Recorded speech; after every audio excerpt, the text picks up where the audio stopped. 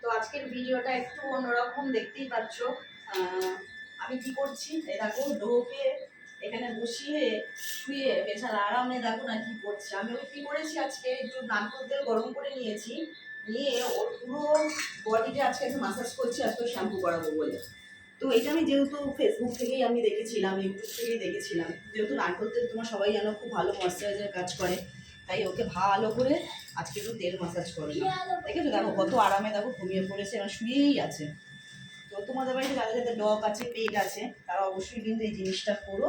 আর এরকম গরমকালে না এখন একটু গায়ে খুব ইচিং হয়, র্যাশেস বেরোয়। তো আজকে ওইটাও একটা তোমাদের একটা মানে টিপস তোমাদেরকে দেখাবো, কি করলে অনেকটাই তোমাদের কার্যকরী হবে। ঠিক আছে, তো চলো দেখো আমার বাচ্চা দেখো শুয়েই পড়েছে, দেখো দেখো আরাম পেতে পেতে শুয়েই পড়েছে। ঠিক আছে, তো তোমরা কিন্তু অবশ্যই কিন্তু এই টিপসটা কিন্তু ফলো করো। নারকেল তেল জানোই। আর এই নারকেল তেলটা তোমরা যে কোনো নারকেল তেল, ঠিক আছে, নারকেল তেল তোমাদের আমি দেখাচ্ছি পরে কোন নারকেল তেলটা।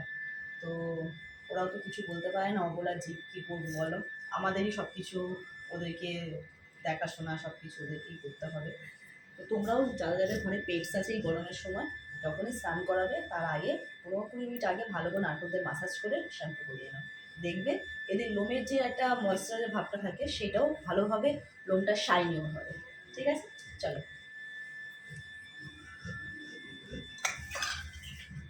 নারকোল তেলটা বলছিলে দেখাবে, দেখিয়ে দাও। ও হ্যাঁ, এই যে এই নারকেল তেল, ঠিক আছে, প্যারাশুটে। হ্যাঁ প্যারাশুট এই নারকেল তেলটাই বেশিরভাগ ভালো।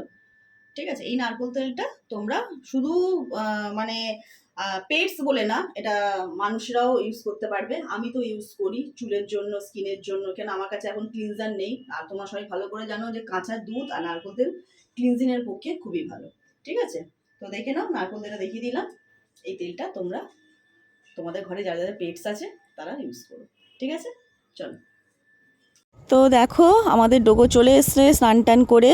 তো দেখতেই পেলে আমি ওকে তেল টেল মালিশ করে দিয়েছি, দিয়ে 15-20 মিনিট রেখে তারপর ওকে শ্যাম্পু করিয়ে দিয়েছি। দিয়ে ও চলে এসছে দেখো খাবারের জায়গায়। আমরা আজকে যে রান্নাটা করেছি সেটাই ওকে দিয়েছি। তো বেশি রিচ না, পেঁপে আলু দিয়ে ঝোল করেছিলাম মাংস, সেটাই আমি ওকে দিয়েছি। ঠিক আছে, তো চলো ওকে খাইয়ে দিয়ে। আর আজকের রান্না হচ্ছে, এখানে আছে উচ্ছে ভাজা, গরম গরম শুধু উচ্ছে ভাজা পেঁয়াজ দিয়ে, এখানে আছে ভাত, আর আছে স্যালাড। ঠিক আছে, এটা সোনা কেটেছে, সোনা এটা স্যালাডটা করেছে। আর আছে পেঁপে আলু দিয়ে পাতলা মাংসের ঝোল, যা গরম পড়েছে। তো ভিডিওটা যদি ভালো লাগে অবশ্যই একটা লাইক করে দিও, কমেন্ট করো। আর যারা আমার নতুন চ্যানেলে আছো তারা অবশ্যই এটা সাবস্ক্রাইব করে দিও। পরের নেক্সট ভিডিওটা চোখ রাখো তোমরা।